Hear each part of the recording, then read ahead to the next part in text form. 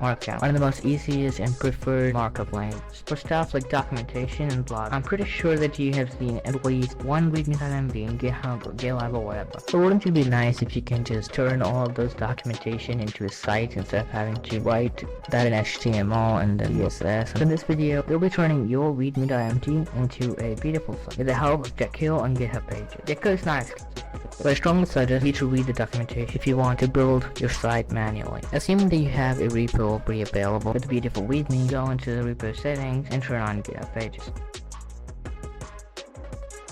At this point, GitHub will give you the link for the GitHub page for that repository. Here you can choose one of GitHub's default Jekyll themes or add a remote one using the config YML. For this video, we will be using a remote theme called Beautiful Jekyll. Now create _configure YML in a directory called docs or in the root of the repository, and add the value or totality/beautiful Jekyll as shown on the screen to the key of remote.